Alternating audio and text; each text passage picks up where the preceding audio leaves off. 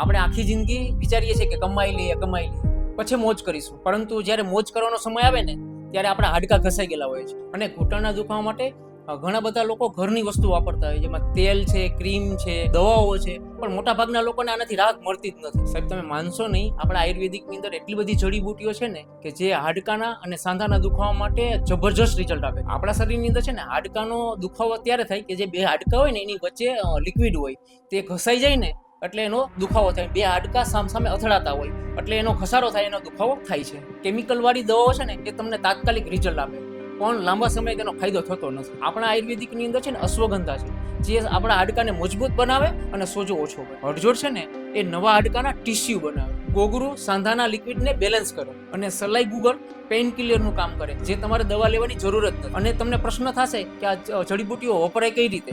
સૌથી પહેલા જડીબુટી મેળવી અને એનો પાવડર બનાવી નાખો. આ પાવડરની અડધી ચમચી સવારે ઉફાળા પાણી અથવા ગરમ દૂધ સાથે સવાર અથવા સાંજે લઈ શકાય. બીજું 1 ચમચી પાવડર લો, 1 ગ્લાસ પાણીની અંદર ઉમેરી અને એને ગરમ કરો અને પછી ઠંડુ થાય અને પછી તમે પી શકો. અને જો આ પાવડર તમને તીખો લાગતો હોય તો તમે મધ સાથે અથવા તલના તેલ સાથે પણ લઈ શકો છો. પણ મુદ્દાની વાત એ છે કે આ જુદી જુદી જડીબુટીઓ મળશે ક્યાંથી? ઓડોક્સમાંથી.